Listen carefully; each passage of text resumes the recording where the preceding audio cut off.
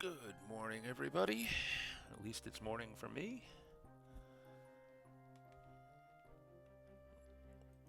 Still kind of getting organized. We're waiting. Isaac A. Tom will be raiding very shortly. She's just wrapping up a little bit of work that she's doing. She was having some nasty internet issues early in her stream, so we're going to let her run over a little bit. Hopefully those internet problems are isolated on the Australian side of the world today. But we will find out.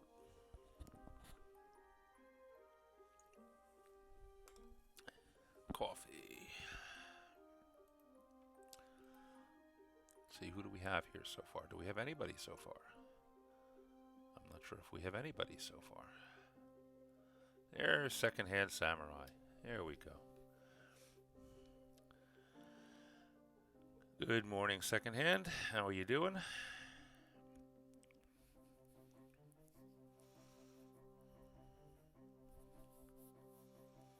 Yeah, I guess afternoon for you. As you should be able to see in your chat, I have started to get my my emotes and sub badges and things like that going. There should actually be 2 emotes available for you folks. Funny thing is, when I try to bring them up myself, I don't see them as available. Let me see if they do now that I'm live. It tells me I have them loaded, and then it doesn't show them to me in the emote picker.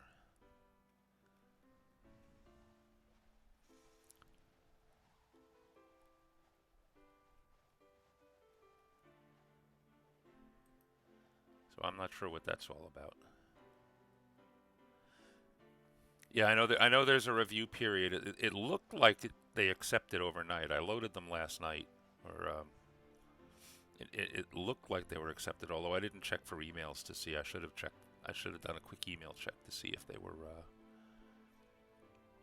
were accepted. Yeah, I thought it was interesting. Yeah, there's a review period for emotes, but the sub badges, they just ask you, does this art belong to you? And if you say yes, then okay, that's good enough.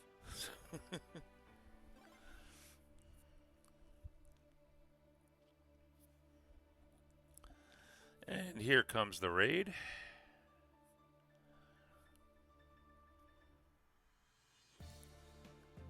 Good morning, afternoon, evening, as appropriate, everybody. Glad to see you. Isaac, did you get your article done? Did you get your 300 words done?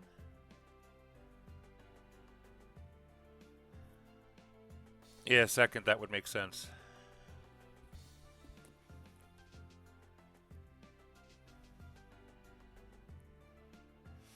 So they'll get there eventually, and I'm hoping later today, certainly by my stream on Thursday, my son-in-law, who is doing my emotes and icons and all that kind of stuff, he's going to have my channel, the channel point icon, finished for me. If you play with the channel icon, you will see I named him, but instead of that default, the default symbol, there will be a little dinosaur track there. And since we are of the sauropod variety, it will be not the bird-like nasty claw dinosaur track, but more like the big plodding, good trampling one. Which, by the way, we'll remind everybody of this in 2 hours. But our raid call is trample, with as many A's and M's as you can possibly imagine. Isaac, I got 300 words down, but too many ideas from that stream, so I'll have to keep working on it. Yeah, we're never done. World Anvil is hosting. Excellent. Thank you very much. All right, well, let's get started. We have a whole new bunch of prompts to worry about today. So What I was going to start with doing was a quick run through the 10 new prompts to see what it is, at least what it is that I'm going to be doing for them. And as we talk about each one, maybe throw out a few ideas that other people have. I know a lot of people are doing unpacking, so but at this stage, the more unpacking, the better.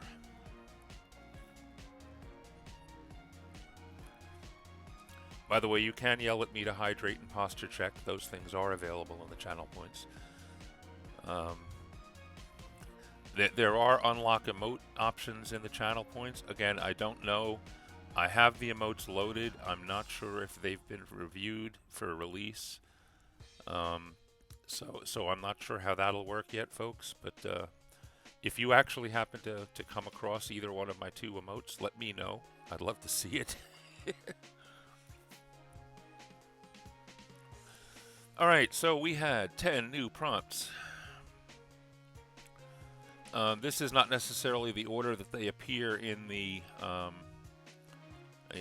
the summer camp homepage, but again, if you folks have been with me from the beginning, you know the first thing I do on release day is I push all the buttons, and as I push all the buttons and it opens up the articles.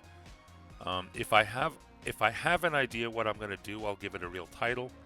If I don't have an idea, I will give it a title kind of like this one, Unassuming Character in Control. The other thing I will do is I will put a tag on every one of them. In this case, the tag is Summer Camp 3, and that's so that I can isolate just these bunch to see how I'm doing. I might do one or the other thing I will do is in the author note, DM note section, that second piece on the first edit page, I will copy the full text of the prompt, and that's where I will start throwing any ideas that I may have, especially while I'm still trying to decide what it is I'm going to write. Eventually that section gets wiped out, but that's only as the article's done. So anyway, starting off with the prompt for a city or a settlement that was destroyed in the past and is either still in ruins or was rebuilt. I actually got that prompt pretty much done yesterday, so I'm not going to go into details on that one, but the good news is that one's done, and which is why you see it not only with summer camp tag here, but a few other tags that I use to keep track of things that are going. I have had this article showcased once or twice. As a matter of fact, I spent most of Isaac's stream going through it and putting in the all of the cross links that the 2 people who read it for me, made clear that were absolutely necessary. And surprise, surprise, I ended up creating 8 new stub articles that I'm going to have to go back and fill in August. This was a busy one. Usually it's only 1 or 2. This one actually had 8. But that's because it's an important city in an important section of my world. So, we got that one. Let's see what's next. Next up is Unassuming Character in Control. And I misspelled character. We'll get to that. So let's walk through them all real quick. I'm going to bring this up, see what if anything we have.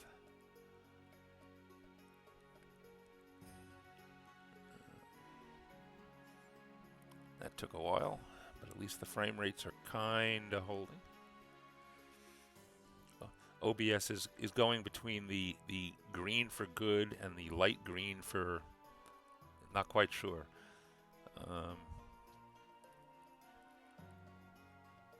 So let's fix the spelling on that. So anyway, yes, write about an unassuming character who secretly controls things from behind the scenes. Isaac, this is the article you were just doing. I'm not sure at all what I'm going to do with this. Mainly because the area that I'm focusing on, all right, I'm building a world for an RPG multi-campaign setting. The area I'm concentrating on right now, though, is kind of a wilderness frontier area. So there's not a lot to control. I mean, I'm sure I'm going to come up with something, um, but I might have to get a little creative with this one. So, if anybody has any ideas or suggestions? Let's see, Isaac. Yes, can never have enough crosslinks. Yeah, you should see that article. If you've seen either, who did I have? I had writer Greg and Hammerknife go through that article for me, and both of them were made it very clear that I needed. I mean, I knew I needed to go back and get some crosslinks in. I just didn't put them in originally because I didn't have the article stubs yet. I like to use the mouse over snippet section that's on the design tab, so that I have a little more control over what's in the mouse over as opposed to relying on the vignette. But yeah, after kind of getting yelled at twice, I decided, okay, I'll bite the bullet, and created the article stubs and threw the mouse over snippets in. The joys of WA multiplying stubs. I am convinced that we need to actually formalize an August event called stub cleanup. At the beginning of the event, everybody writes down how many stubs they created during summer camp, and then we all try to see how many we can close up in the following month. Isaac Tom, hopefully I've absorbed all your technical problems. So yeah, I hope so too. But we'll see. Maybe a seafarer captain who controls a port city. Possibly. I do have a seafarer captain controlling the city that I just wrote about, but he's not behind the scenes. He's part of the ruling council. So there might be something to do in that city. There's more likely I'm gonna try to bring it a little closer into the wilderness area. But we'll see what happens with that. Oh, do I have bots already? Yeah, there's one. Hold on. Ban.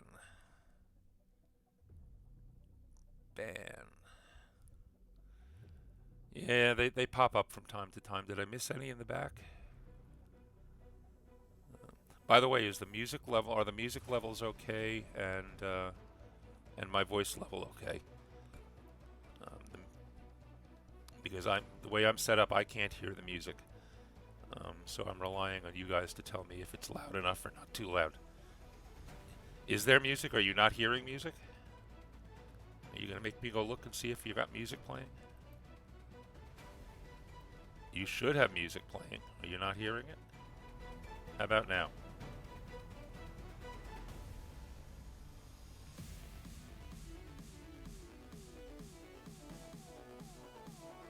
Now you can hear it. Is it too loud? Not too loud?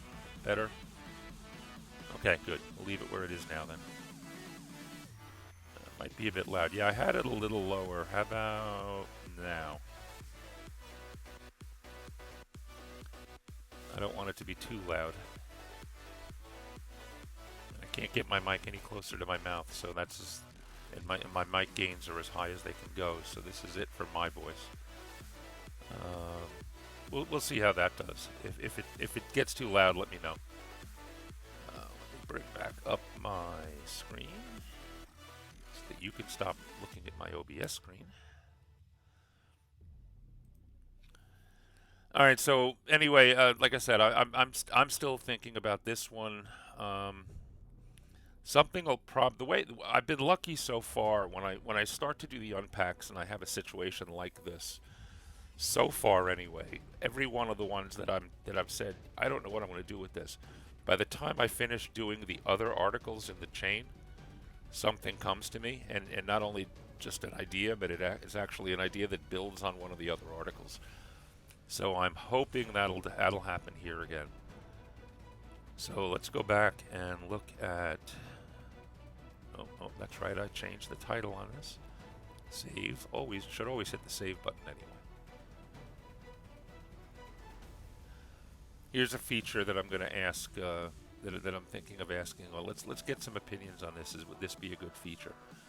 If I go through the trouble of coming to the articles page and putting something in the search, who would like to have maybe just a checkbox where I can lock that search so that every time I come back to it, I don't have to retype it? Would that be a good idea?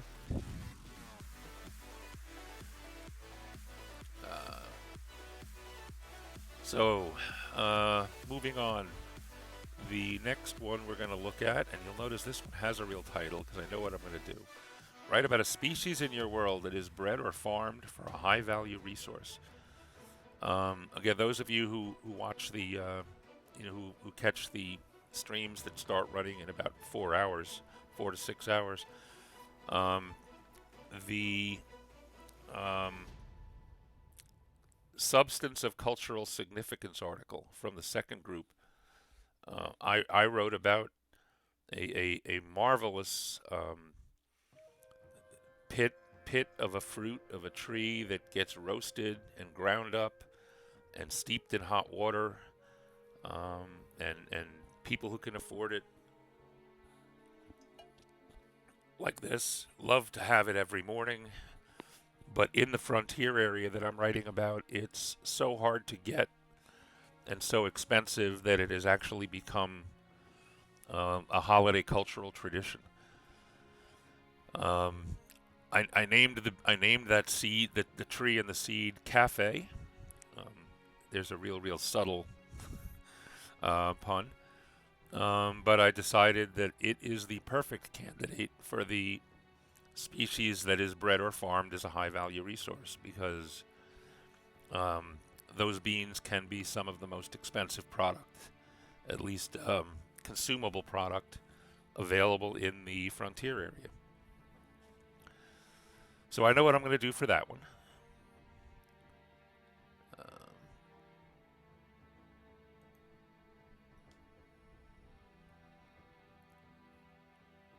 And we come back here. You know what? If I was smart, but who's smart in the morning? What I would do is, instead of just clicking on this, recently cured condition, instead of just clicking on this, I'm going to click on open a new tab so that I don't keep messing up my search order.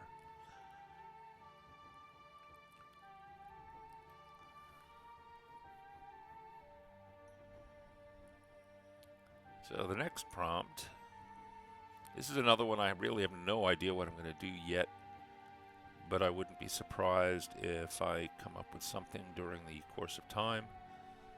But again, I'm open to suggestions. This is a wilderness area, so there might be strange... It not only is it a wilderness area, by the way, but the world itself is still suffering from some small lingering effects of a curse that was applied to the land that actually blighted the land as part of a big god war that happened a few thousand years ago. I'm thinking about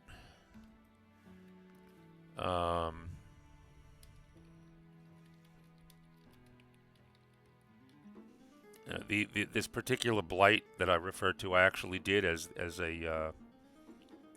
one of the articles in the earlier series, and according to that article, it's resisted all efforts to heal the land. It either just needs to wear out, or there are lands that 2,000 years later still won't grow anything. So rather than focusing on a condition or a disease that affects people, maybe I'll focus on the possibility that somebody's finally come up with a way to restore the land that has been most affected by the wasting. So that might be one way to do it. So I'm going to leave this in here as a little note. Saruka's heading off for a nap. Good. Get sleep. Sleep is good. There's an awful lot of us that don't get enough of it. So yeah, use this as an environmental treatment.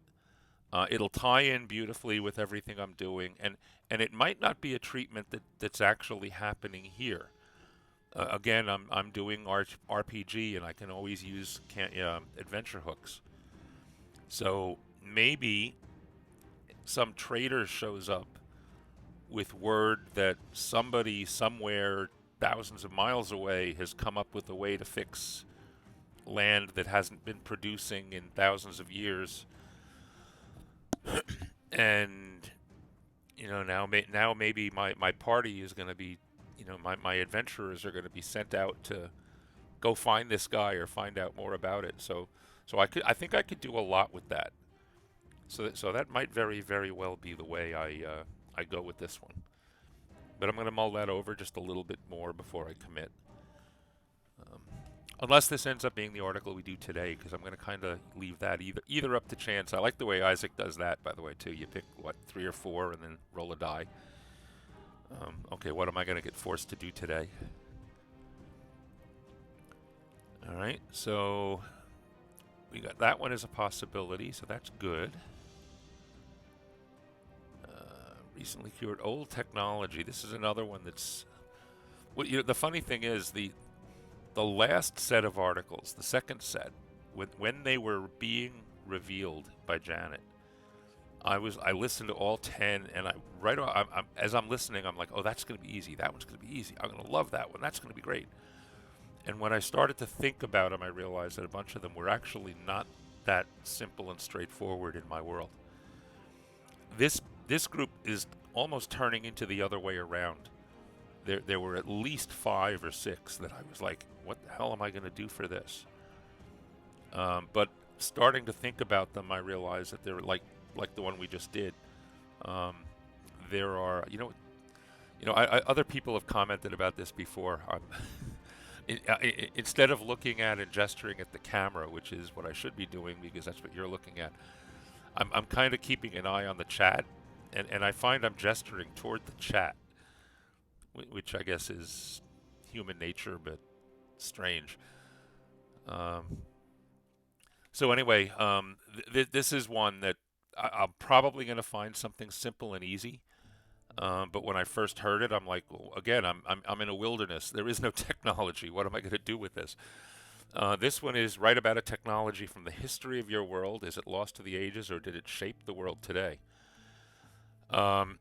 Technology is the trick question. Is the trick bit here? I mean, if it was magic that shaped the world, yes, my world was drastically reshaped by magic. First of all, it was formed by magic 20,000 years ago, and it was drastically reshaped by magic 2,000 years ago. So that would be easy. What I need to come up with here, I think, though, is something that, some skill or some ability or some building style or something that kind of got lost 2,000 years ago when my great strife happened. The good news is that great strife did wipe out cultures and civilizations, and huge kingdoms ended up shrinking down to practically nothing. Some disappeared. This area that's now a frontier wasn't the frontier 2,000 years ago. Parts of it were pretty well populated, but those populations either fled or were wiped out. I could do something. The other possibility, again, and this is getting a lot more. I'm actually thrilled about the traction that my idea of seafarer dwarves has been getting. Now, the seafarer dwarves have been around since before the Great Strife, so maybe they lost some technology, or maybe it's a technology. Again, depending on how you read this prompt, and I'll take some opinions here in the chat. Write about a technology from the history of the world. Is it lost to the ages, or did it shape the world today? So I guess in theory this could be a technology that's still around, but a technology that's been around for a long time, or maybe only known to one small group for a long time. And if that's the case, I could possibly. I think it'd be a bit of a stretch for the prompt. But I do plan on having. I mean, I've already written, for example, my land-based dwarves My military unit prompt talked about an artillery brigade that used catapults and ballista or ballistae against ground enemies. Catapults and ballistae can be mounted on ships too. And when you throw in alchemists who can build all kinds of neat explodey things that you can fire with catapults and ballistae, perhaps that's how the seafarers became the power of the sea. Was they were the first ones to develop good working ship-to-ship catapults. And I don't have cannons, but that would basically be the equivalent of a cannon. And let's face it, in world history, the first ships that mounted cannons ruled the seas, at least until everybody else figured out how to do it. So, Scribe, good morning. So that's what I might do. Seafarer.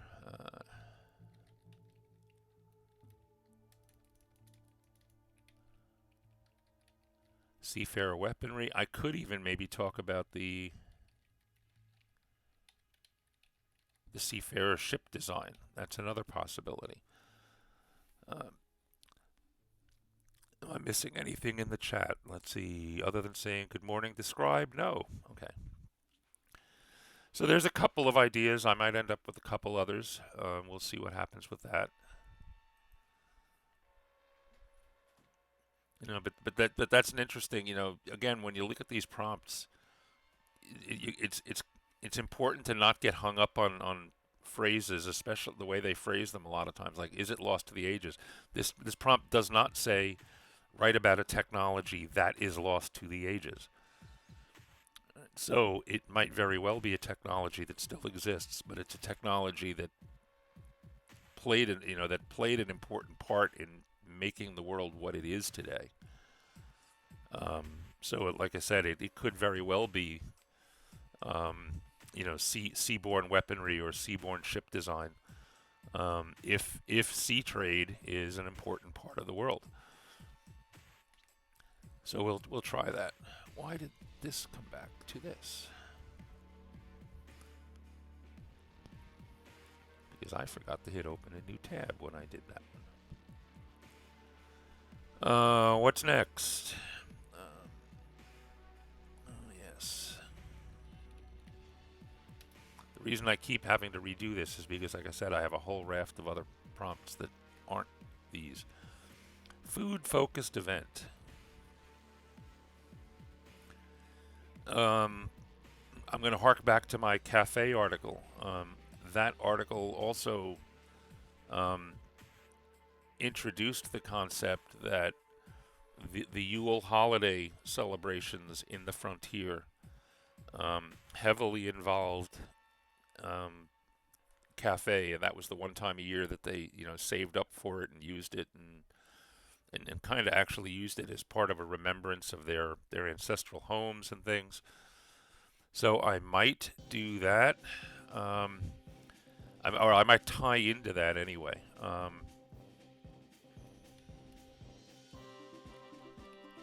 So Yule celebrations. I do also have a harvest time holiday. Like many others, my calendar is a 365-day calendar. 360 days are built into months. That leaves 5 days left over. New Year's Day is the spring equinox. There's essentially a midsummer holiday at the solstice. Harvest time at the autumnal equinox. Yule at the winter solstice. And my 5th extra day is New Year's Eve, which is just the last day of the year or the day before, the day before the spring equinox. So these guys get two days outside of the calendar to party for New Year's. So I got a couple of choices for this. It's gonna. I think it's gonna have to be one or the other of those.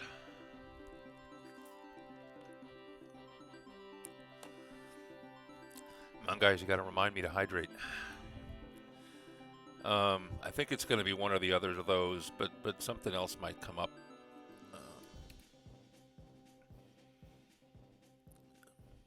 We'll see what happens, I guess, with that one.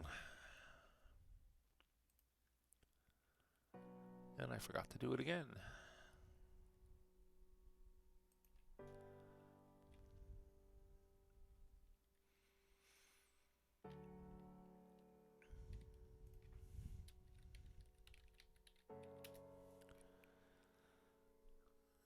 Okay, next up is Law Enforcement Organization. I have a thought on this one, and I'm going to kind of take a page out of the Spanish Inquisition for this one. Bit of world history again. I mentioned 2,000 years ago this great strife. It was essentially a war. I mean, since the world began, there's always been some rivalries among the gods, and you know, some of the I actually have my gods are all there's like an over race called the Astralar, and then within that there are sub races. I think it was again both. I had a couple people. Delian this morning read my article too. It wasn't Hammerknife. It was Delian.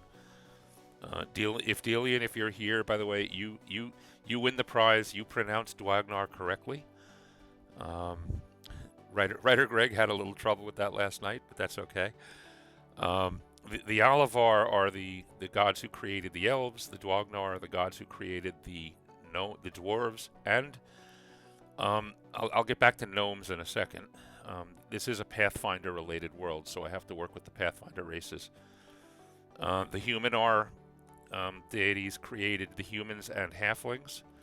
The Goblinar deities created the goblins. The gnomes were an interesting mix. The gnomes, I know a lot of D&D and even Pathfinder, they tend to group the gnomes with the fey creatures and therefore kind of with the elves. To me, I always thought of gnomes as more dwarf-like than elf-like. Maybe it's me, maybe it's not. But since this is my world and I get to do what I want to do, in my world, one of the Dwarven gods and one of the Elven gods got together and between them created the gnomes. So now I get to have gnomes that are, that have a dwarf heritage, and a lot of the gnomes, in my world, by the way, the gnomes live everywhere. There are gnomes that live in the mountains with the dwarves. There are gnomes that live in the forest with the elves. There are gnomes that just roam the world and live with whoever or whatever they want to.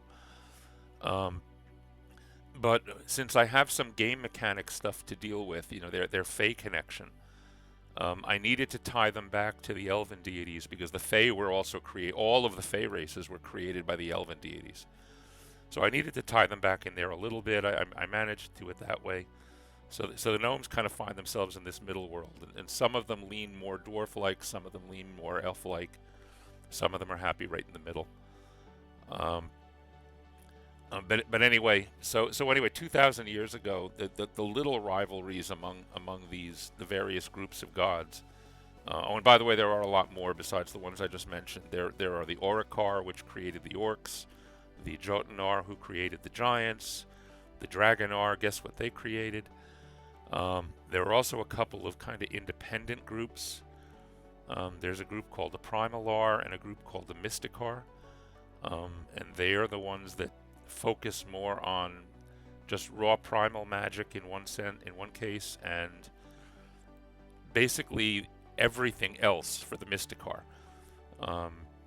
It was a way for me to create some gods that, like for example, a god of magic that would be worshipped across all of the races. I mean, that's kind of, mechanically, that's why I did them. Dragonar created New Jersey, yeah. And given the heat around here the last couple of days, you might believe that. But so there's always been little rivalries. The Orikar and the Alavar, for example, the orcs and the elves hate each other. The Jotunar and the giants and the dwarves hate each other. So there's always been skirmishes among smaller groups like that.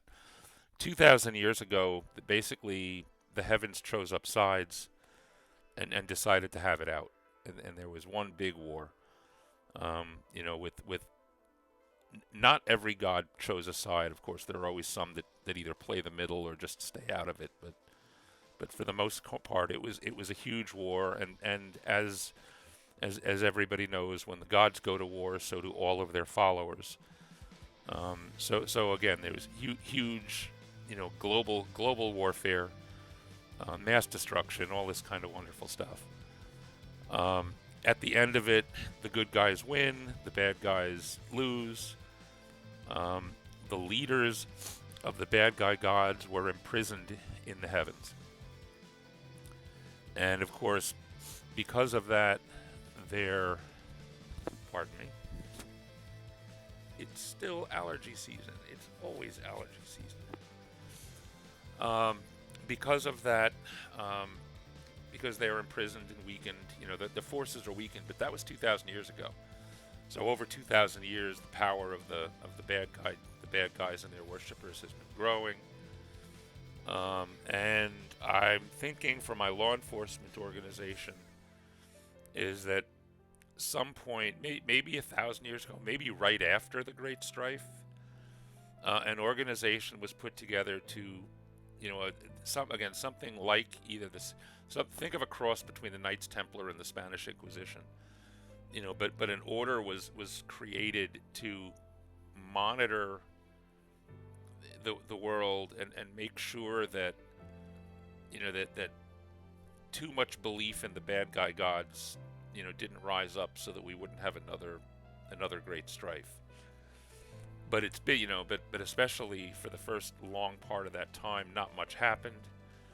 So of course they kind of lose focus, lose track a little bit. But now things are starting to heat up again. There are little pockets popping up around the world where my players can adventure, but also where worship of the imprisoned ones is happening, and maybe they're trying to come up with ways to help their gods get unimprisoned, all that kind of good stuff. Not that I want to steal too much from the Tiamat arc in the Forgotten Realms games, but so all of those things are possibilities. But anyway, I could have this law enforcement organization, again, who send, have little groups that go around the world and look for, pockets of these, believers in the evil gods that need to be dealt with. But perhaps they get a little ambitious. Now again is where I get into the flavor of like Spanish Inquisition. Perhaps in some areas they kind of get usurped by political powers, and they're used to deal with political rivals by accusing an enemy of being a worshipper of some forbidden god. Maybe they're just bored and they do it anyway. So I'm thinking of going somewhere in that direction. I don't know what I'm going to call them. I don't know where I'm going to base them. They're certainly not going to be based in my frontier area, but they could certainly be operating, and maybe again that's a hook that I might focus on here. Is that these guys, everybody knows they exist, but they're far, far away usually, and now all of a sudden there's a group of them showing up in the forest, and making trouble because they're looking for something to do. So that's a possibility. I don't know what I would call them, but I'm going to just write here Spanish Inquisition to keep myself reminded.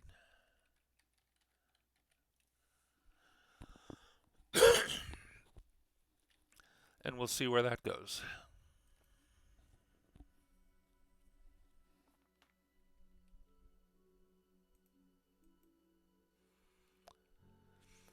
That was law enforcement. Settlement with a resource. This is another one I know what I'm doing. I'm going to give this one a title, in fact, as soon as it comes up. And there it is. This one, again, links back to my articles on coffee.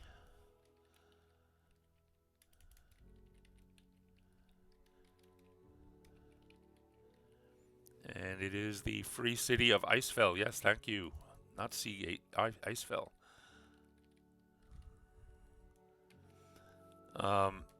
Icefell, again, the free cities, by the way, again, anybody who heard my Endmere article, the free cities, most of the free cities were part of a kingdom once. In the Great Strife, that kingdom retracted or contracted drastically, and it left these cities that were farther out from the core on their own. Some of them were completely obliterated and rebuilt. Icefell probably didn't get quite so badly damaged as Endmere, but these are cities that are along a major trading coast, and since the Great Strife, they've rebuilt themselves and made themselves powerhouses. But they've also decided that they're not going to have anything to do with the kingdoms anymore. They're independent and on their own. So that, hence the free cities. I have 4. There are 4 free cities, by the way. 4 or 5? 5 free cities. This will be the second one. In my coffee article, I mention that, by the way, in my world, coffee is not a tropical tree. It actually requires a dormant overwinter period. Icefell is probably about it's in an area where the climate is probably about as cold as these trees can handle. But because the conditions aren't quote unquote perfect, the coffee grown there ends up having a few unique flavors and properties and things like that. But those flavors and properties end up actually being favored by some people. Even though the coffee snobs would say they're inferior, there are some who prefer it to the quote unquote good stuff.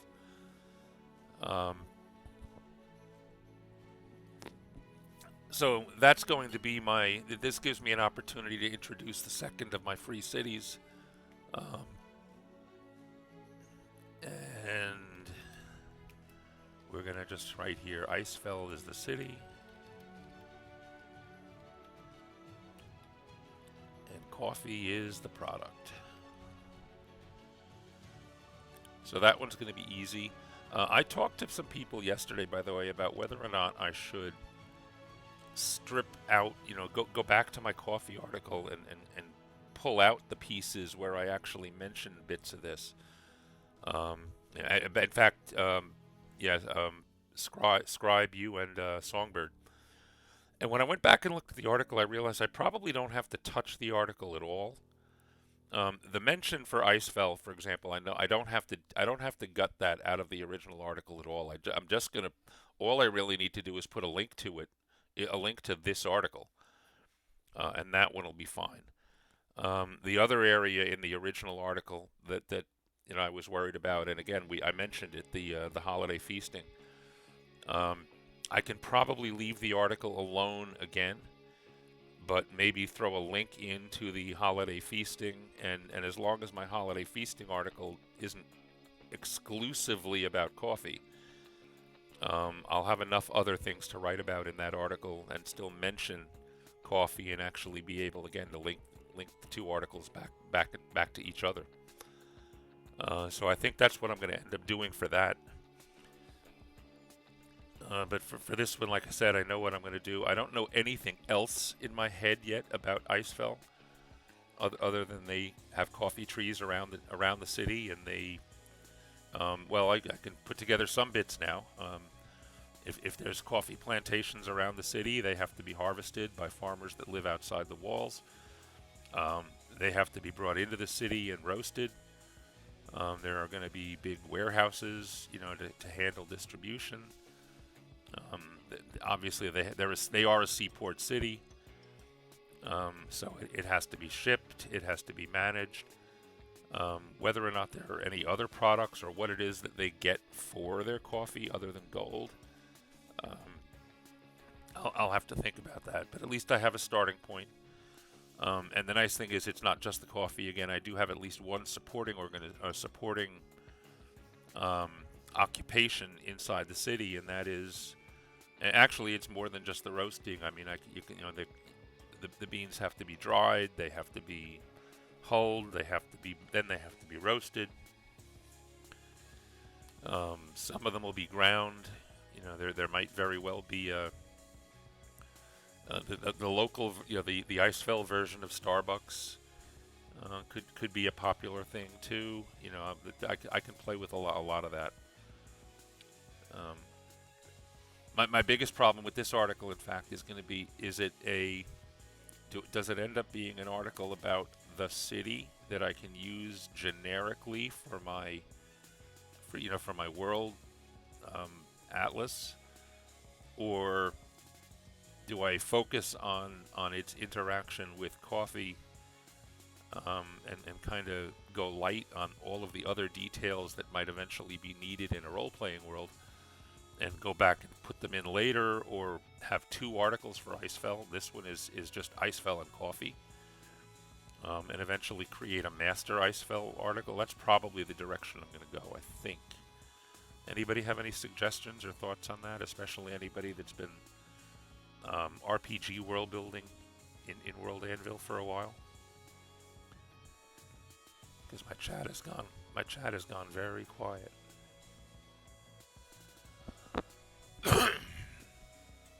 You guys are still out there, right?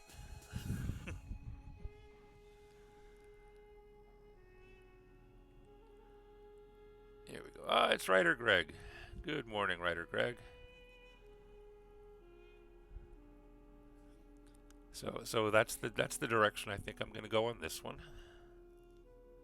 Oh, I've got bits. Thank you, Tillers.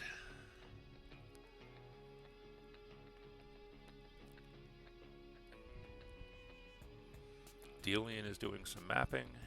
Yeah, I it occurred to me. I was looking at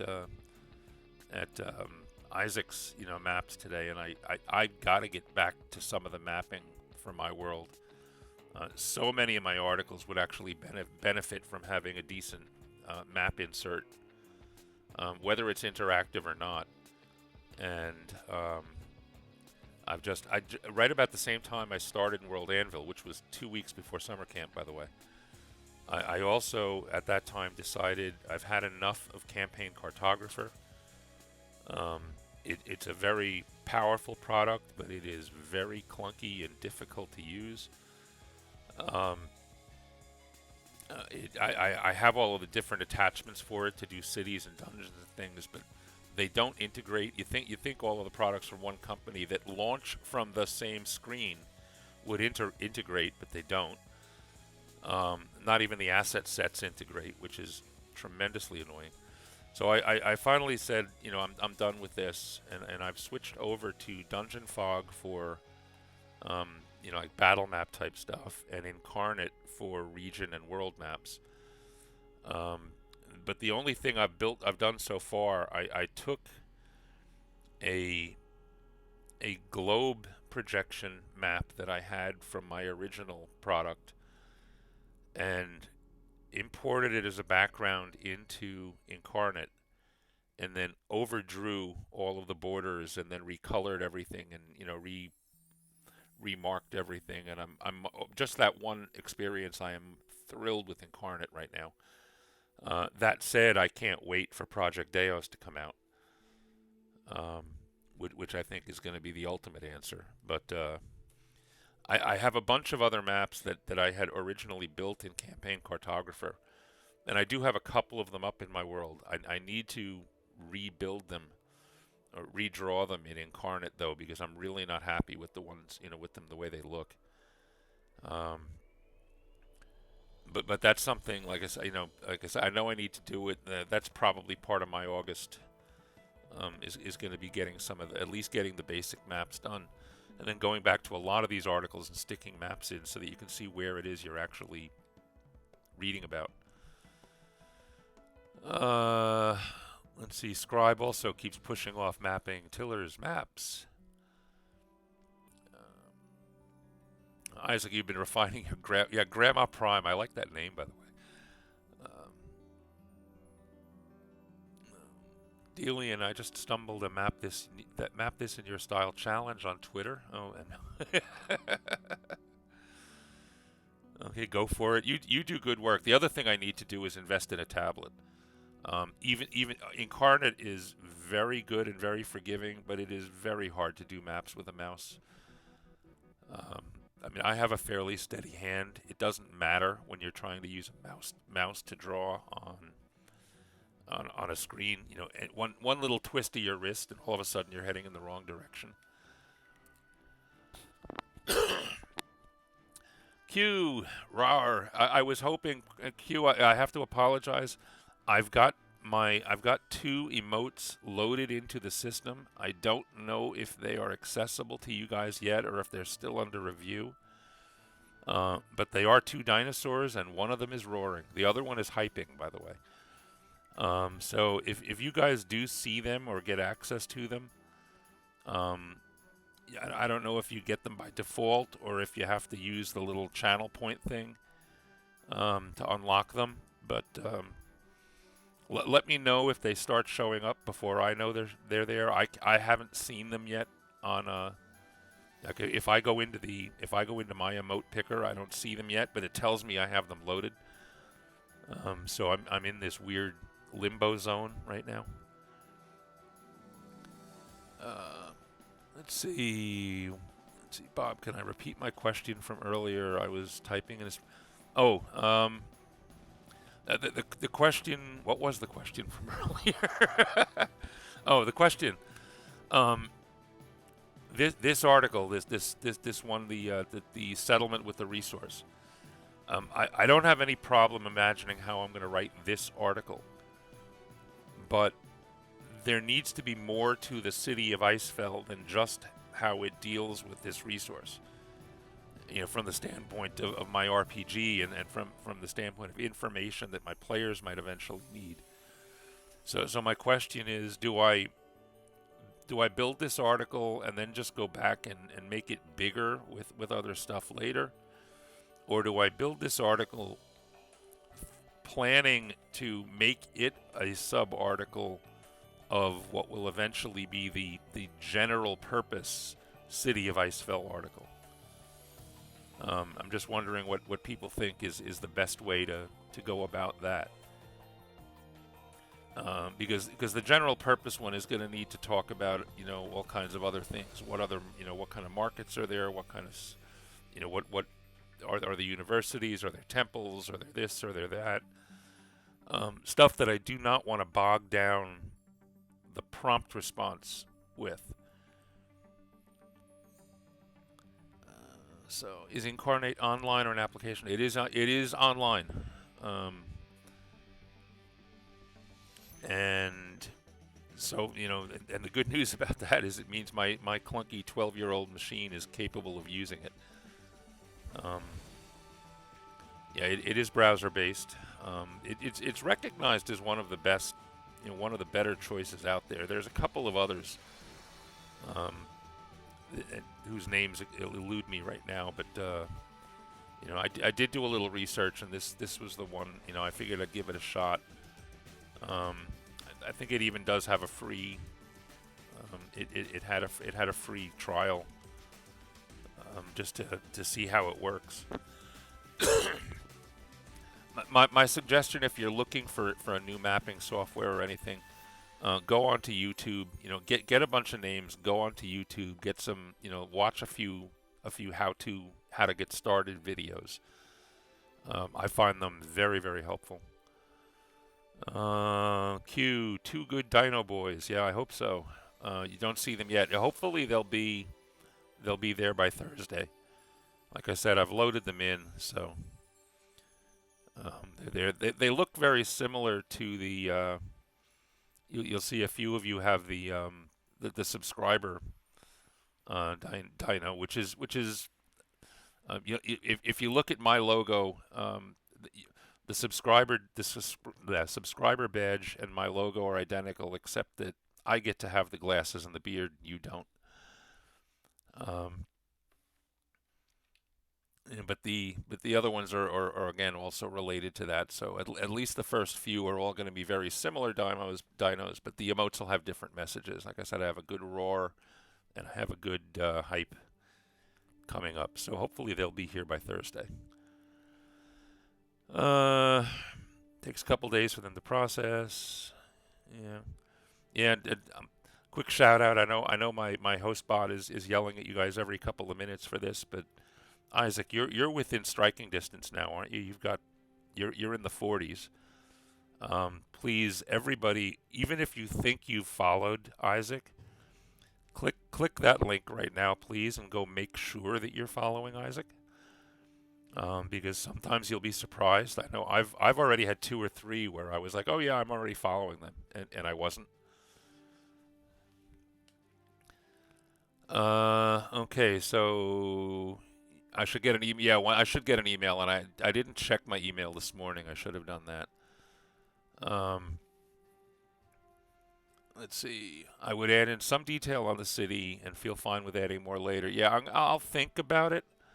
That way, the more I think about it, the more I realize I might end up with just a secondary article, or kind of build this. This one will be the article for Icefell for now, but the time may come where I need to create another one, or maybe that's what I'll do is I'll just get this article done, and then when I really need to address it, I'll figure something out then.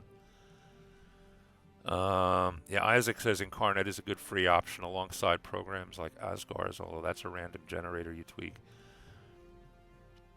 Wonder Draft is another one. Yeah, that was the other one I looked at. Um,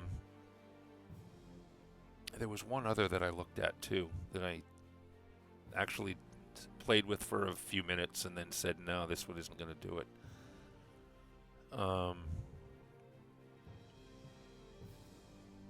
You prefer to do your main maps in Photoshop. Yeah, I so far have resisted the temptation to lay out the money for Photoshop. Excellent product, and you pay every penny, to get that excellence.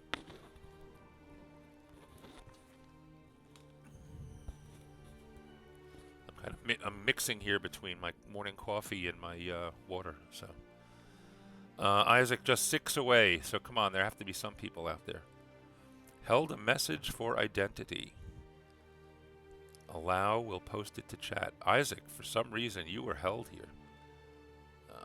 That's interesting. Yeah, no, we will allow Isaac to speak.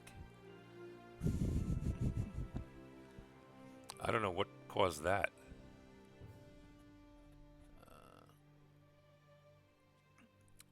Isaac, I have a vague plan to try and catch a different time zone, but I need to talk to Zog. For some reason it flagged that one. Oh, there's a permitted turn. I didn't turn any of this. Oh, Zog. Huh. Zog's name got flagged by the Twitch Autobot. No jail, but it asked me to decide whether or not that was an acceptable message to put out. I don't know. Is Zog a dirty word somewhere? I don't know. Please, bot, no put in jail. No, like I said, it's approved, and I guess it is now added permitted term Zog. I'm gonna have to talk to Zog about that. For those wanting to use Photoshop but can't afford it or don't want to pay for it, GIMP is the other one. I keep meaning to try that, and I just haven't gotten around to that.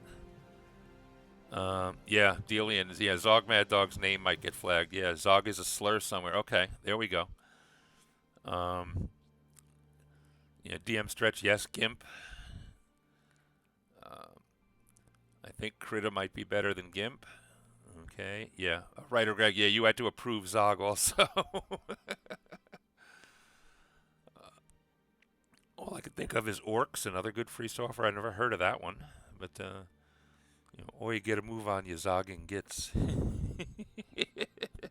Now that one I should flag, right? Zog is an acronym for some religious Zionist something or other. Okay. Is Mad Dog aware of that? He has to be by now. But we'll see. Okay, so where were we? Killing time, and that's a great thing to do on these streams. We're having fun interacting. That's what this is all about. So anyway, like I said, I know what I'm doing for the settlement with the resource. It's going to be Icefell, and it's going to be Icefell Cafe. For those of you who are coffee snobs, my vision of Icefell coffee is almost kind of like the. I was just starting to really get into different regional coffees or whatever, and Costa Rican peaberry was one of my favorites, and then all of a sudden Costa Rican peaberry practically dropped off the face of the earth because they had some sort of blight or something in Costa Rica that almost wiped out the crop. It's a smaller bean. It's a fruitier coffee. So I'm going to kind of take pages from my own reality and experience with Costa Rican peaberry to define Icefell's unique variety of coffee. He is now, but the Zog part comes from his last name. Okay. All right. Well, I guess all of us will just have to, as it comes up, those of us who are getting going on their streaming, we'll have to just accept Zog. Scribe, yes, you lived in that. That's right. You lived somewhere in that general vicinity anyway, but sadly covering whole mountains with monoculture coffee farms, vulnerable to blight. Yeah, like I said, the peaberry, it was a shade-grown, relatively small crop, but it got very popular. So I think maybe what they did was they started to overfarm it, and as a result, they ended up practically wiping it out. It is next to impossible to find now, and that makes me very sad because, like I said, it was my favorite. I remember walking in Los Santos and thinking I was looking at wilderness. Nope, all coffee on the mountain, and the mountain after that, coffee. The mountain after that, coffee. Yeah, well, Songbird.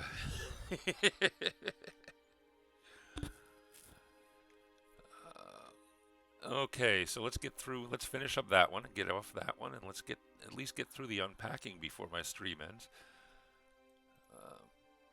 Would be nice to do some writing, but you know what though, I don't absolutely have to do some writing in the stream. It's early in the last 10 day. That was settlement with resource headquarters. This is another one that's giving me mini fits right now. Again, simply because the area that I'm writing about is a wilderness forest. Now I do have a few choices that I can do inside the wilderness forest. There is an elven enclave that has been here for all of the almost 19,000 years, give or take, that elves have existed on the planet. So I'm just as a note here, Elven Central is one possibility. I have one other choice. I've decided, again, the area that I'm working on, and it is again for an RPG world, is being designed for introducing characters to the world, but also for introducing players to the game. So the adventures and the activities, are all pretty low level and pretty, straightforward for anybody that's experienced. But what I do have, I bit the bullet and went with the standard trope. And in the middle of this forest, well, there's a trade road that runs through the forest. And right in the middle of that trade road, at a point where people would like to not actually have to just spend the night in camp on the side of the road, there is, oh, is Kahuna here? Excellent. Good morning, Kahuna. There is a place along the road where somebody has come and built an inn. And that inn ends up being where, people gather, and, there are farmers who live a few days away in both directions on the road. They'll come here from time to time, and it's the closest thing to a central meeting place in the middle of the forest as it comes. So I could do that. The only downside to that is not only do I have, well, although I don't have any of it in World Anvil yet, I've already got about 8 pages written on this inn, and I've got it spec. I mean, for this thing, I could put out battle maps. I could put out room by room descriptions.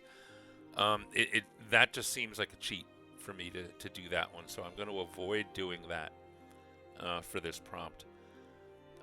Headquarters of an organization. I could go back to one of the cities from these other prompts. To talk about, either the main, trade guilds or something like that, and give them a headquarters. I could create a headquarter building for my Spanish Inquisition-like forces, but that wouldn't be anywhere near the region that I'm working in. So I have a lot of choices on this. I'm going to say lots of other choices, but they're out of region. So if I get down to the point where this is the last prompt I need to do and I still haven't figured something out, I know I'll get something done. But I'm hoping that an idea will hit me that I can do something that's in region, because that'll be more helpful for me in the short term as well as the long term. I need to get caught up. All of a sudden my chat exploded. Kahuna, good morning, Bob. We did that part, okay. Aloha. Kahuna, I still have an article of yours that I need to read on stream. Haven't forgotten. Good morning, Kahuna. Morning, Kahuna is very popular. Summer camp mornings are the best mornings. Yes, they are. Let's see. Still talking about reading articles.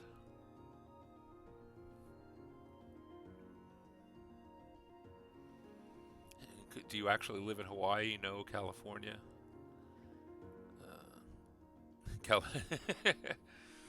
Most Americans dream of moving to California. Californians dream of moving to Hawaii.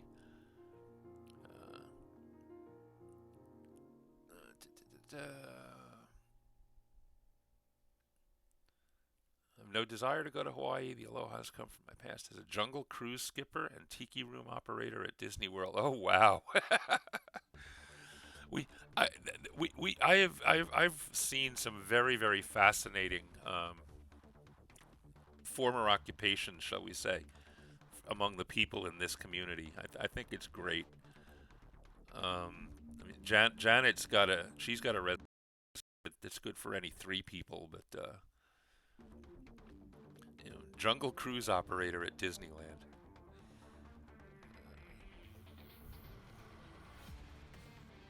Maybe after summer camp we should just start doing the prompts from previous years. Please. Like I said, August is going to be, I want to set up the clean up the stub challenge.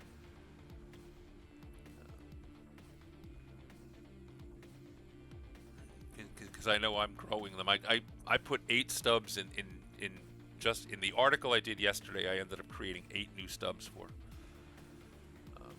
And they're all relatively important in my story, so it's not like they're just there. So, I mean, there are some stubs that I've thrown in just so I could put a mouse over in, just so I could head off somebody asking, "What is this?"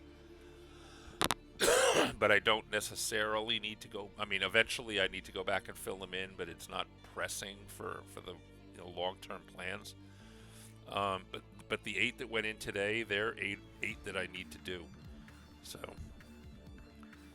all right. So anyway, I know what I have some ideas for. I have a bunch of ideas. I'm not thrilled with most of them.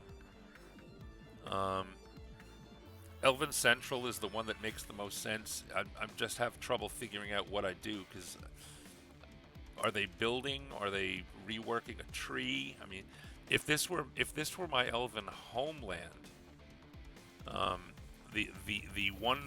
this isn't the forest where the elves were first awakened. The elves were the first awakened has a big tree in the middle of it that would also be candidate for headquarters of an organization, if you think of all the elves as an organization. So I've got lots of choice. Like I said, I have a lot of other choices, but they're out of the region. I'll get back to that one when I have to. But we've had some interesting ideas. And that brings us to the last one, which is illegal profession. And when I first heard this one being unpacked, it was like a few others. I thought, what am I going to do with this? I'm working in a wilderness forest. I can't have an illegal profession if I don't have a civilization with rules. So what am I going to do? But this morning, on my third sip of coffee, the idea hit me, and this was, I think, during, it definitely was during Isaac's stream. Isaac, you spent some time. You spent a little time early in your stream talking about illegal professions and what you were doing a little unpacking yourself, and that's when the idea came to me. This is a wilderness forest. It is a wilderness forest that at least the core of which has been pretty much untouched for 20,000 years. During those 20,000 years, the elves have lived here happily. The Fey creatures have lived here happily. 2,000 years ago, when the Great Strife hit, the elves and the Fey actually turned the middle, the deepest core of the forest into something of a Noah's Ark. When the Great Strife happened and the wasting started happening, they actually went out and rescued plants and animals from the wasting and gave them a temporary home in the heart of the Feywood, which is the name of the forest. So I have this wonderful wilderness preserve, and let's take a page out of real world. When you have a wilderness preserve, what else do you automatically end up having? You have poachers.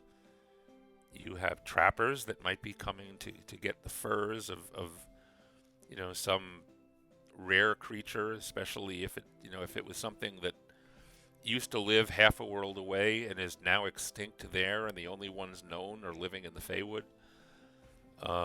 The Feywood, by the way, the Fey and the elves don't mind. They don't mind the humans and others coming to live in the wood and living off the forest. You need to chop down trees to make shelter. Fine. You need to you need basic fuel. That's okay, as long as you're not stupid about it.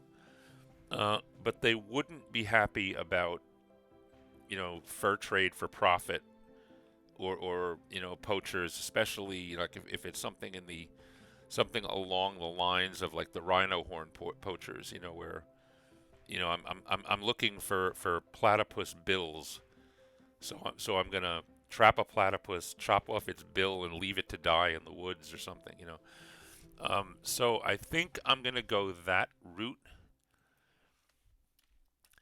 for this one. So the profession is either poacher and or trapper. Trapper may be more interesting as an article because, well, actually they both fit this way. I mean, what's the difference between a poacher and a hunter? What's the difference between somebody who's trapping for for personal survival needs or trapping for fun and profit. Um, it's that fun and profit that that is illegal.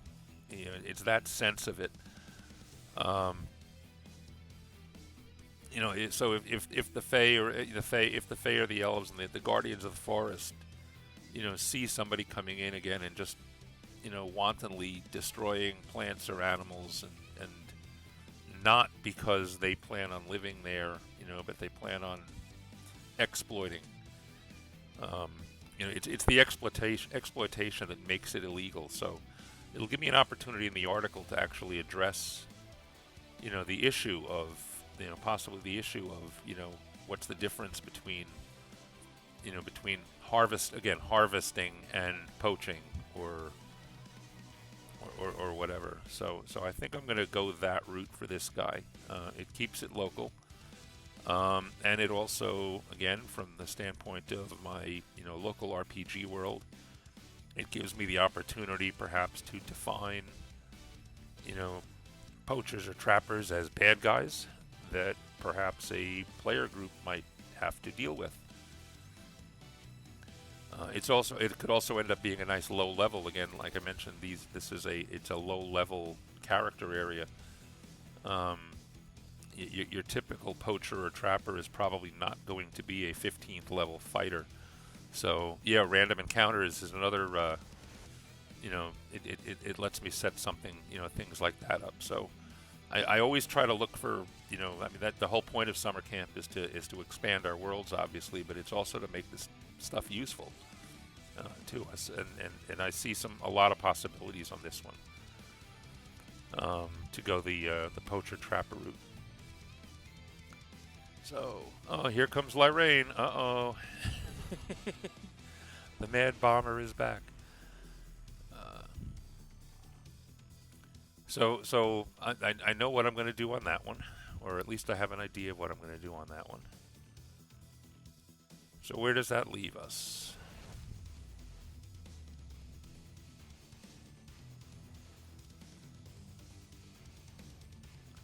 We have, now that we've gone through them all, I have a good idea for a legal profession.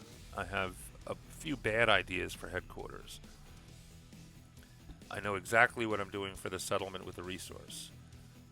I know what I'm doing for the law enforcement organization. I have to hash it out a little more. I know what I'm doing for the food-focused event. That's going to be Yule, the Yule feastings and things.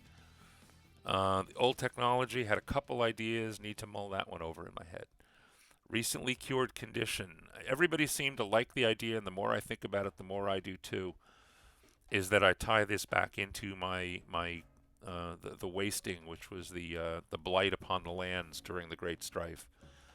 And instead of it being a personal disease or human disease or condition, that we deal with an environmental condition. And again, to make it useful in my world, I'm going to probably write it up as, well, for this article, I'll write it up as having, been developed somewhere far away from here, but address the fact that word is getting out that there might be a cure, and maybe it's not a complete cure, and maybe that the degree of completeness gets embellished, as the word travels out.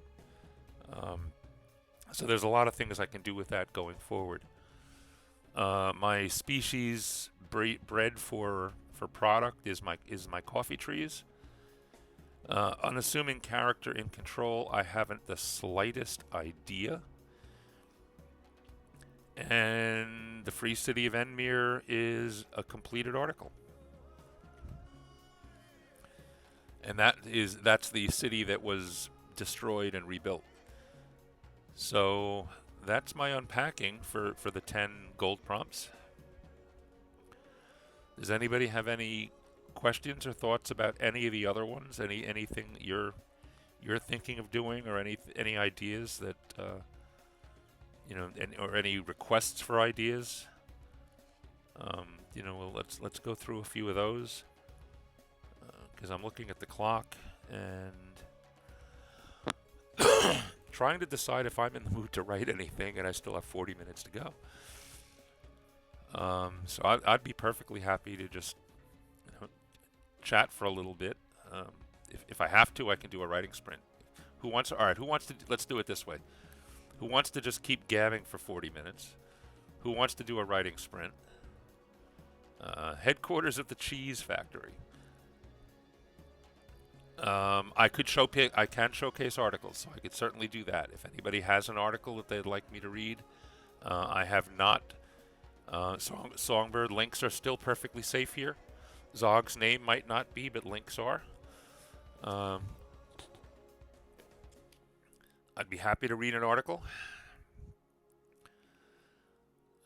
Was it Zog, by the way, that was talking about Zog or WD? Zog it was. He said he's, by the way, I don't know if anybody's caught this. If you caught his last stream or two, he's mentioned it. He is experimenting with. He has created. He has put in the list of banned words. He has picked a small, common, random word that he is banned on his chat, just to see what happens when one of us uses it in a sentence and suddenly finds themselves in Zog jail. So he's playing with us, folks.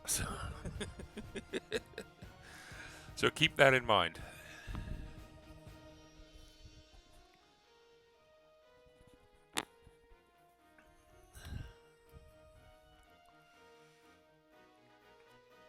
Moist? I don't know. Yeah, that would be a good bannable word. Yeah. Yeah, he's not telling anybody what the word is. He's kind of, like I said, he's using it as a combination social experiment, group torture. So I guess we could mess him up by everybody going to his next stream and just everybody starts spewing words at random in the chat. We'll get to see who wins,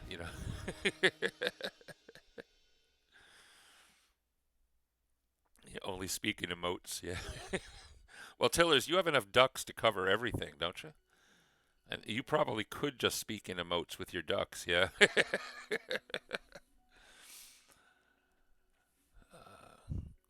E-Songbird, you're doomed. Yeah. Yeah, that's the other choice. Instead of us all trying, we could just send E-Songbird in first, and she's lucky enough to find the word on the first one or two texts. So, does anybody have any articles? Did I miss an article coming through? If anybody has anything they'd like me to read.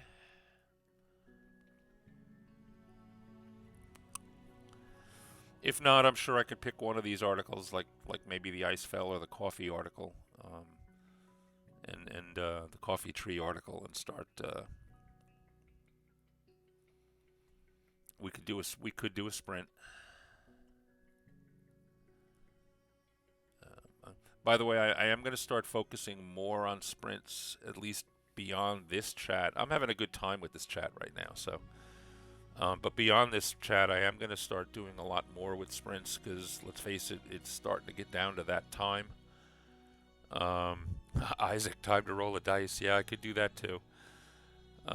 It's starting to get down to that time where we're all going to be kind of scrambling. I've been lucky enough to kind of keep on the one a day pace, but I know there's a few people that are slipping behind. Tillers, I could make cheese a fruit in my world, the cheese tree. I can't wait to see what Q comes up with for some of these prompts, by the way. It worries me, though. His Megacorpolis, I'm loving everything that comes out of that. He's brilliant. All right, everybody has to write about cheese at least once. I've managed to avoid that so far. I could put it in my holiday festival. I could include cheese in my holiday festival. I need to come up with a rare cheese. that gets imported along with the coffee.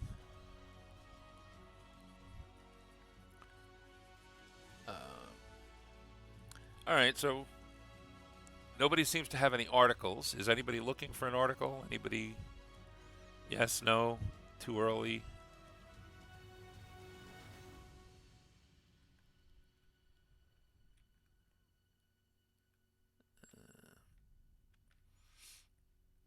Okay, so let's I'm gonna start getting set up, and we're gonna do a sprint. Unedited, pure writing stream. Yeah. Oh, I started to say I am gonna focus more on sprints from here to the end of camp, just to help everybody get writing. I have a stream scheduled for, well, for what is for me, August 1st at 10 a.m. Eastern Daylight Time. That beginning time is 4 hours before the deadline for summer camp. If you look at the calendars, you'll notice that one is titled Panic Sprints. That will be a 2-hour stream of back-to-back-to-back sprints with very little talking in between.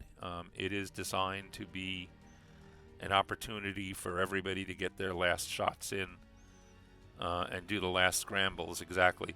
I know WD is doing a 24-hour stream for the 24 hours before. So he's welcome to do that. There's a lot of, well, everybody, by definition, everything is doubled up for the day before because he's doing a 24-hour stream. But there is somebody immediate. There's somebody else. I think Kahuna and somebody else are both after me. Yes, Zog is definitely doing. Oh, is it Zog doing the 24-hour stream, or is it WD? It might be Zog. Yeah.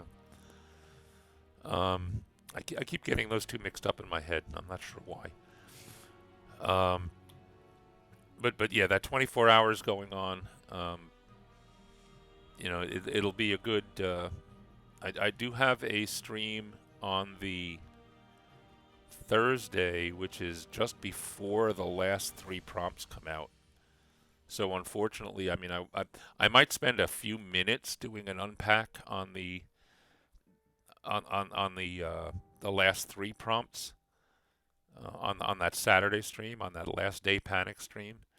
But I want to try to devote as much of that one as possible to getting people the opportunity to get articles finished up and just get things wrapped up.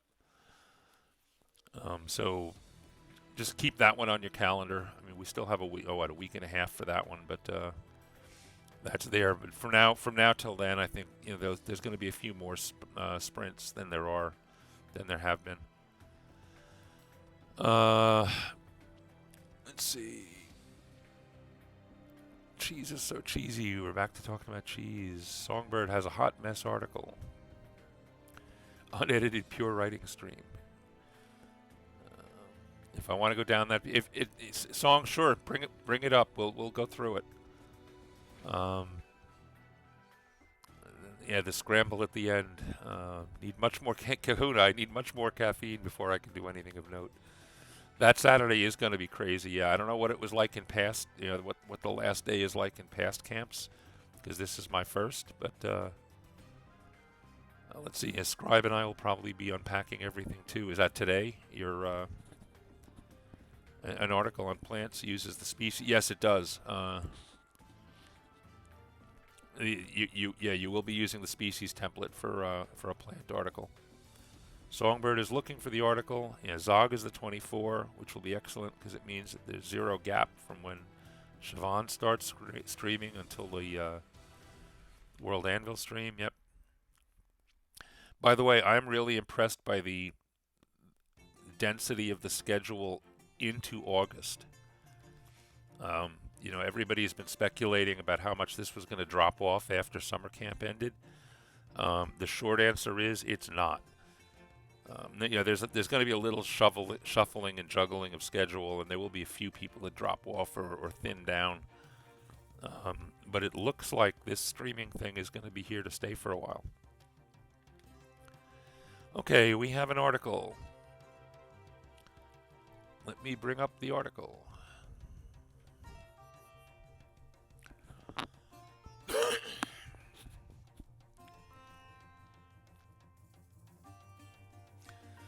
Dwarven coming of age ceremony.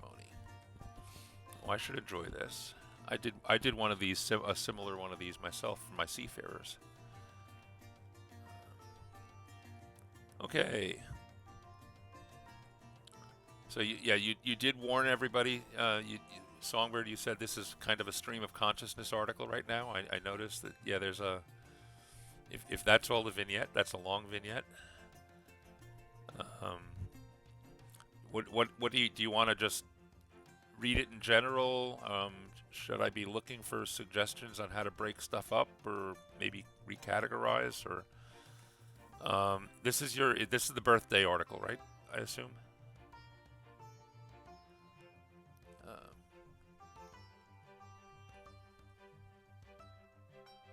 Please confirm that this is the birthday article. Whoa, what was that?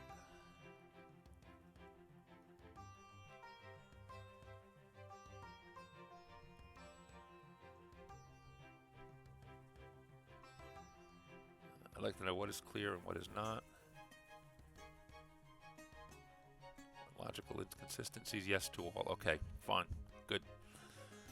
Okay, Dwarven coming of age ceremony. The Dwarven ritual is divided into 3 parts.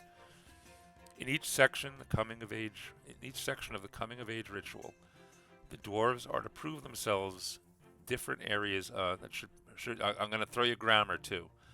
Are to prove themselves in different areas and aspects within the community. The first section is known as the blooding. In this ritual section, interested initiates, usually between ages 35 and 40, go through a series of challenges testing individual warfare and teamwork. In all combats and trials, initiates are only able to use weapons they themselves have formed. In this way, the dwarves are tested only on the dwarves are tested. I'm assuming this should be not only. Oh, okay, yes, not only in physical strength, but also craftsmanship. A weapon breaking during his combat would be a sign of great dishonor. It would be far more honorable to withdraw or concede during a combat. The first test focuses on crossbow skills. Now this is still the blooding tests, right? The initiate must demonstrate shooting skills at 3 different distances, short, medium, and long. Each section has a stationary and a moving target. Trial is timed. Initiates have 6 minutes to complete the section. They must shoot an arrow into the center of both targets before sprinting to the next range marker, where they must repeat the process. Initiates start, not star, but start close up and move further away. I hope you're keeping track of all of this. Initiates have 10 arrows to hit the 6 targets. Initiates can be disqualified. You're using the word initiates an awful lot. You can switch out a few of them for theys. They can be disqualified for running out of arrows, running out of time, or a severe weapon malfunction. This is considered the easiest part of the ritual to complete, but the hardest one to prepare for. The second test focuses on courage and thrown weapons. Each initiate initiate should probably be capitalized here, since you do everywhere else. Is placed into a 1 meter wide circle with a shield and 5 spears. One initiate starts sitting down in the center of the circle, shield raised, bracing for the impact of the opposing initiate's 5 spears, not spheres. Both initiates are required to stay within their circles. Shielding initiates are allowed to shift within the circle, but will gain a mark every time their body leans outside. Throwing initiates gain a mark for every spear that does not hit the shield. After 5 spears are thrown, the initiates switch roles. Initiates are disqualified after 3 marks. What happens if the spear misses the shield and hits the initiate holding it?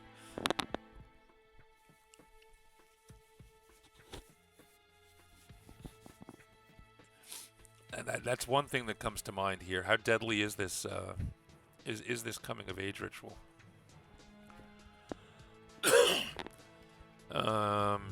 After 5 spears are thrown, the initiates switch roles. Initiates are disqualified after 3 marks. An initiate disqualified during the first half of the ritual will not proceed to the second half. What happens if there's an odd number of initiates after the first half? The third test is 1-to-1 combat with weapons of the initiate's choice. The tribal elders and ritual witnesses stand around the initiates with shields raised. They create a barrier between the initiates and cheering tribe members. The initiates fight until someone raises both of their hands and an X above their head as a sign of concession. This concludes the first stage of the ritual.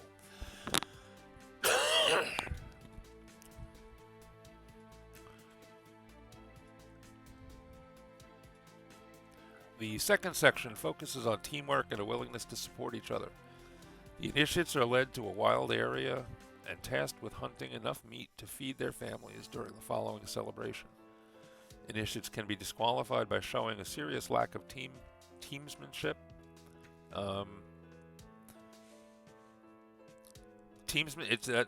That's a messy word. You're not looking for sportsmanship, though. I understand what you're looking for. Serious lack of team spirit, maybe. Might read a little easier. Teamsmanship, it's an uncomfortable word spilling out of my mouth. And support between their fellow team members. Not your, but their. They can also be disqualified by failing to hunt enough for the ending celebration, though this rarely happens. Some friction is okay, but it must be resolved quickly and appropriately. Tribal elders maintain a scrying spell on all teams. After returning home, the initiates are responsible for skinning and preparing their kills. The third and final section of the ritual focuses on legacy. The food is brought to the community to be cooked. While the food is cooking, the initiates and their families to go to the temple, I suppose that should be, and have their family crest etched into their forearm. Well, that sounds like fun. The blood used during this etching is captured. The blood, not blood used, but the blood let, the blood released. Used isn't the right word there, unless they're actually using blood to do the tattoo. But I get the impression it's the other way around. Is captured and stored for the tracing that evening. The etching serves as a reminder to fight with courage and work with honor. Weapons must be handcrafted by the initiates. The process usually takes several years. That sentence probably belongs up with the first test stuff, is my guess. There's usually a week between the first and second stage. Initiates are only allowed a full night's rest between the second and third stage to make sure the food is preserved. Or between the first and second stage. Now you're thinking. And now we're definitely into stream of consciousness here. But the second to third stage for the sake of food moves pretty quickly. And there are titles for each initiate as they move through those things. Yes, that would actually be interesting. It is common for an initiate to reattempt the ceremony. All 3 sections must be successfully completed in the same year, regardless of how far an initiate goes in previous attempts. After completing the ritual, males are allowed to grow full-length beards, and women are allowed to put their hair in braids past their shoulders. Oh, your dwarves don't have beards too? Oh, I feel left out. My couple of impressions on just this section before we get to the last bits. You've clearly put an awful lot of thought especially into the first part of the ceremony. The problem is you say there are 3 parts to the ceremony, and then you spend 4 or 5 paragraphs describing part 1, and then parts 2 and 3 are like, oh, and by the way, there's these things too. That's almost how it comes across when you read through. You get into such detail on 1 that 2 and 3 suffer because they don't have the same amount of detail. Having said that, I am not suggesting that you give them the same amount of detail, at least not in this article, because this article is already long, and coming from somebody who writes 2,000-word articles, That's something. I would almost suggest,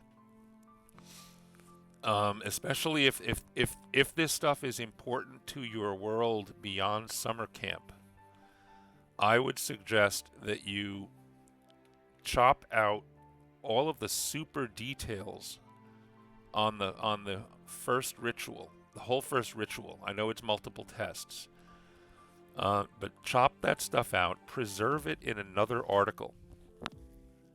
All right, where if somebody wants to go and see the detail, they can go and do so, and then replace that big chop with one paragraph about the same as the ones that you have for the second and third sections. And, one paragraph that's about that long, that's equivalent to that, or equivalent to that. You'd end up with a more readable article here. All right, and then as you flesh out the second and third parts of the ritual, give them their own articles. Again, if anybody wants to go into the super detail and see exactly how these things work and what they mean, all that information is there. You don't want to lose it, by the way. That's something else. I mean, I do this in with my stuff all the time. Once you've gotten these words on paper, these thoughts out of your head and on paper, you never want to throw them away. If you realize that an article is just too long to read or too detailed in one area, don't throw it away. All right? Move it to its own article. Move it to a placeholder somewhere, and then link across to it. So that you remember that it's there. So that would be my suggestion for the first part. I mean, obviously, this one paragraph here where you're talking about, you're just, mind dumping here about, where the delays are between the stages. I recognize that's not going to be in the final article. You're just going to say it where it happens. But it's good that you are thinking about those things. I love the idea of there being different titles for each of the steps along the way. That kind of puts a little character into it. So that's that. Now let's just go through the rest of the bits here. The coming of age ritual for the Dwarven people is one of the oldest rituals in Keeland. The oldest surviving records to mention it were preserved in the records of the destruction of the Second Age. Is that just a link, or? All right, so I can click on that to go to the article. Are you familiar with tooltips and/or the mouse over snippet capability? I think everybody can do. Correct me, please, chat stream if I'm wrong. I think everybody can do tooltips,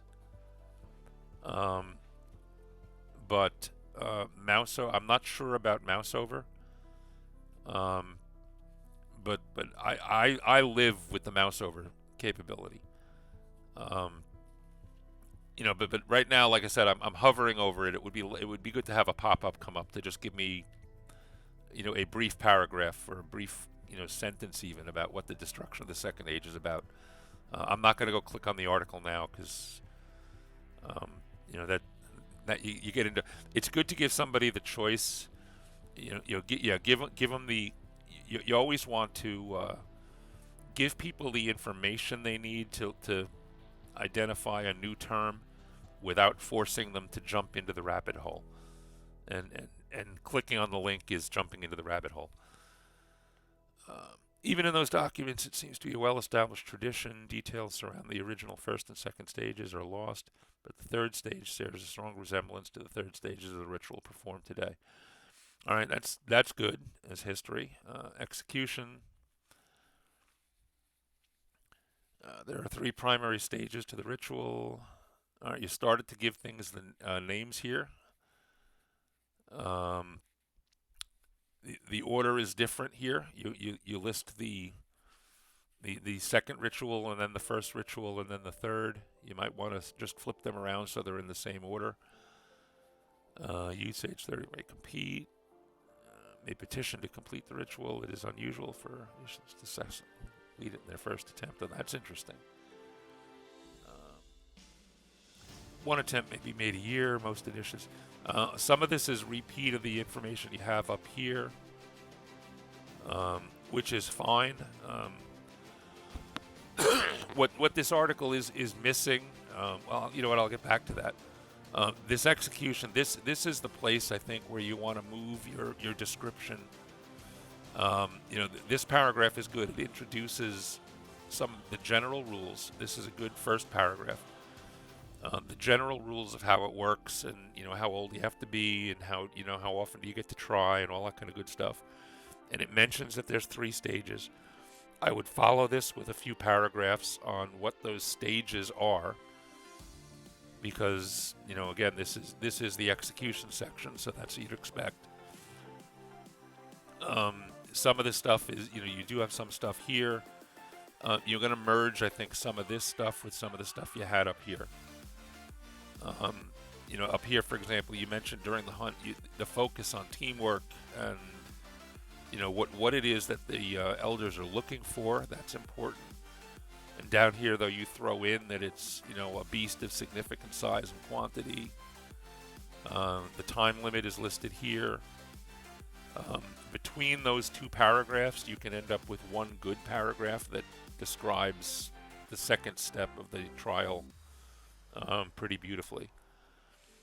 And then the blooding, again, this is really your first stage, so that would precede it.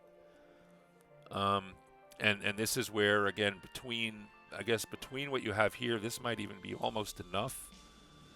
But between what you have here and and all of the detail you have there, just come up with a paragraph that summarizes the blooding. Bring down the paragraph on the celebrating into the execution section, and I think your execution section will be perfect then. Components and tools. It was primarily used. I assume it meaning the ritual here, or what it are we talking about? Is primarily used for religious ceremonies, including the rite of passage for young warriors. All right, that tells me that there's some sort of instrument or device name there. Or is this the family crest, or is this the blood that was collected? As part of the ceremony, each initiate would trace the sacred etchings along the awning with the handle of their weapon. Okay, I'm guessing this is what the blood was saved for. So you just need to just finish up the thought here and make sure it's clear that that's what that was. Participants, the rituals are witnessed by the tribal elders. The culminating celebration. You're not done at that point. Okay. So does that all help?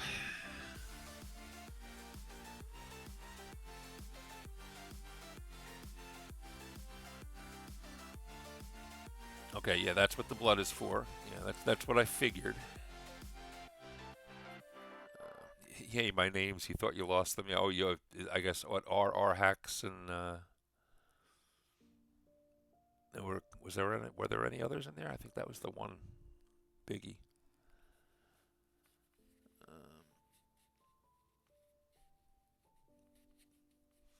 Okay, yeah. I mean, you know what though? This is again first draft.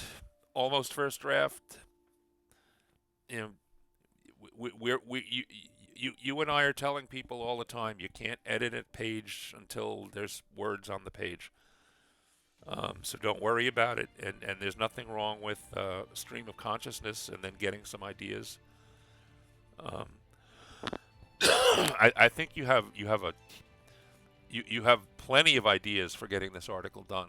It's really just more a matter of organization, in fact, than filling in the thoughts. The only question I had coming out of the end of the article, and I kind of got the answer in components and tools, cryptically, but it was there. Was what do you do with this blood that you say you save?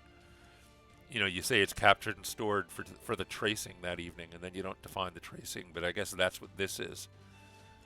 Looks like that's what you're defining under the components and tools. You might want to mention the tracing up in the execution section as part of the event, and then the components and tools themselves. Limit yourself to the physical ones. If component and tools are and participants are they parts? They're not part of the headings built into the template, are they? I don't believe they are. You might want to, unless you have other thoughts. I'm looking at the empty sidebar. On the one hand, the fact that you have absolutely nothing here kind of makes it okay. That you can always get away with that. With having, if there's nothing at all there, then that's on purpose, and the article just reads like one straight article. If you find yourself putting stuff into the sidebar, though, and you end up with a balancing issue, your components and tools and the participants are probably two very good candidates for things that you could move over to the sidebar and treat almost like bullet points, or super small entries. I'm not saying you have to do that or should do that, like I said, but if you do end up playing in the sidebar and you end up then with a big imbalance between there's stuff here and there's not stuff there, that those are two excellent candidates to move off to the side, because that leaves you with a main body that focuses on the ceremony, and sidebar that deals with these are the tools and this is who's watching and all that sort of good stuff. So that's actually a good split out. If they're built into the template, then there's not a lot you can do about it. They're here. I mean, you could still move them to the sidebar by blanking them out here and then creating them. And create them from scratch on the sidebar side. And if you need any help doing that, let me know, because I do it all the time. Okay. So hopefully that was helpful. I am definitely going to hit a like, and I'm already following your world, so I don't have to worry about that. I will keep an eye on this article and see how it develops. And again, to everybody else, don't be afraid to share an article that's that isn't ready. If you've gotten an article to a point where having another pair of eyes help you with reorganizing or refocusing, if that's what you need, there are an awful lot of us out here willing to give at least our take on it. In fact, I would suggest you don't just ask one person. Get 2 or 3 people to take a look at this, and Song, you too. Get 2 or 3 people to look at it. All right, I have a particular idea. I've mentioned a few ideas on how I would restructure this. Somebody else might have a completely different idea, and the best, theirs might be better for you. A third one that's a hybrid of the two might be better for you. You won't know until you ask. So again, don't be afraid to share a stream of consciousness dump, and ask the question: how do I put this together into a finished article?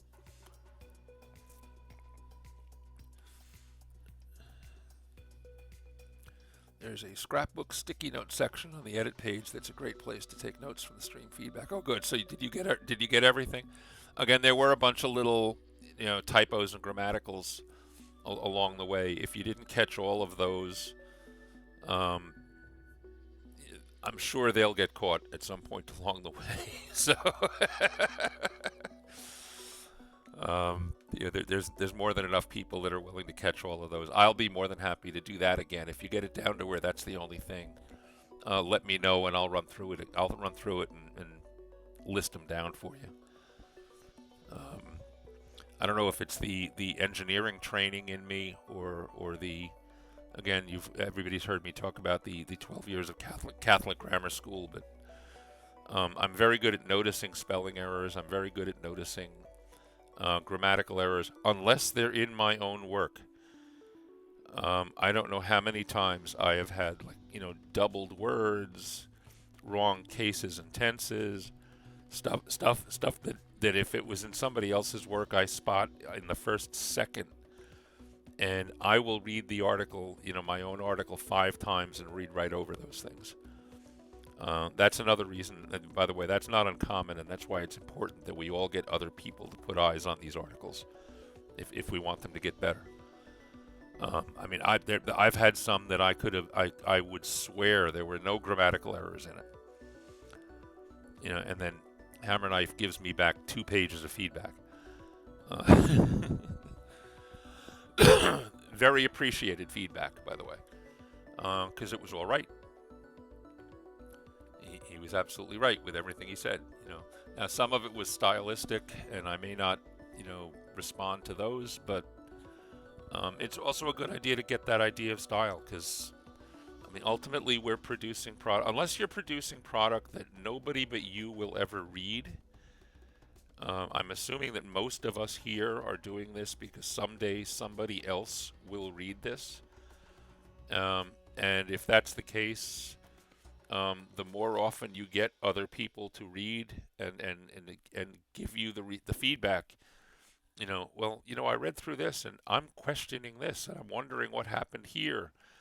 Once you're published and the stuff is out there and your readers are reading and they ask those questions, you don't get to answer them anymore.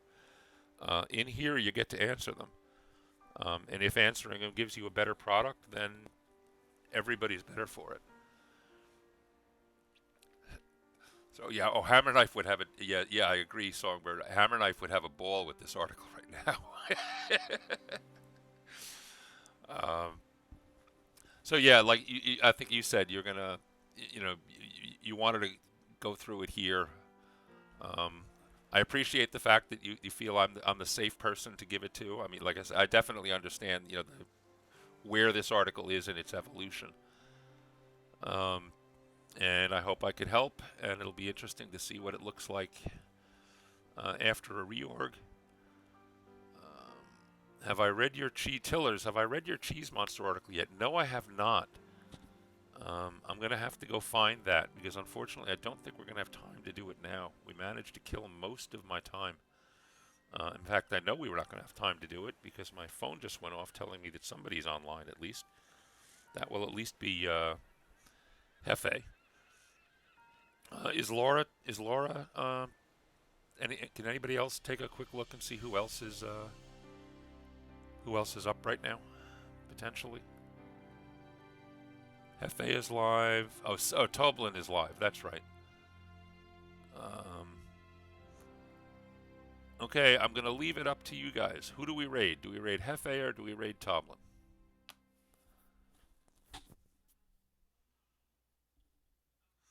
Who do we want to raid? Yeah, I can't raid both.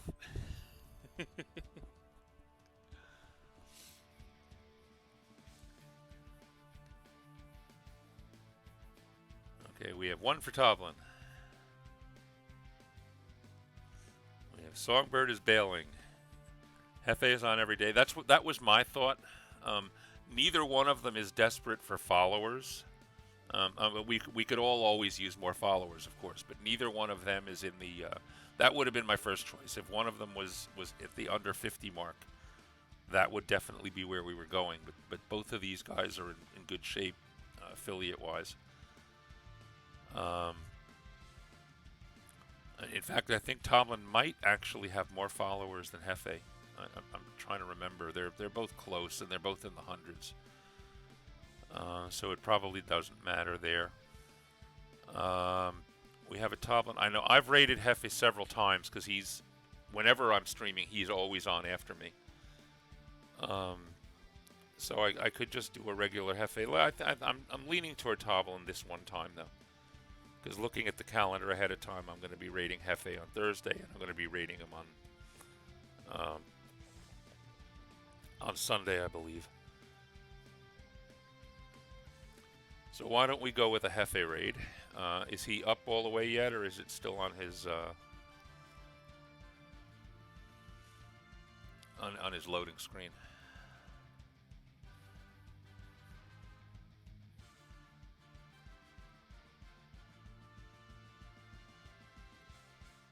meantime, yeah, we're gonna do Toblin. We're definitely gonna go Toblin. In the meantime, I want to thank everybody that's here. Thank you for putting up with me for 2 hours. I appreciate it. One more time, if you haven't followed Isaac A. Tom, please do. You can just scroll up your chat to the last any one of my last Moobot articles to get her quick link. If you're not sure if you followed, then hit that link and check. Isaac is within a handful, like 4, of making affiliate, so we got to try to get her over the hump today, or get them over the hump today, rather. I'm working on it, Isaac. I'll get the pronouns right one of these days. It's hard, and I really apologize for that. Not just to you personally, but to anybody and everybody to whom that does matter. I recognize that it's important. You have to realize that old guys like me are fighting against a long, long time of speaking a language. So please don't ever take it as a slight. But I'm trying. And by now, if Hefe's not up, he should be. So I'm gonna just launch the raid.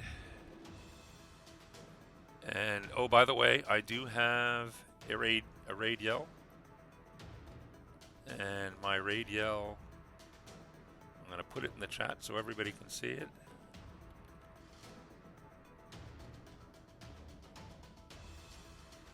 Uh-oh, what's going on? Okay. Alright.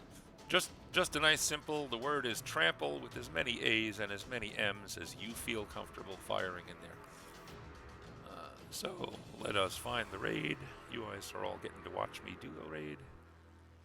Channels I follow, we're doing Toblin.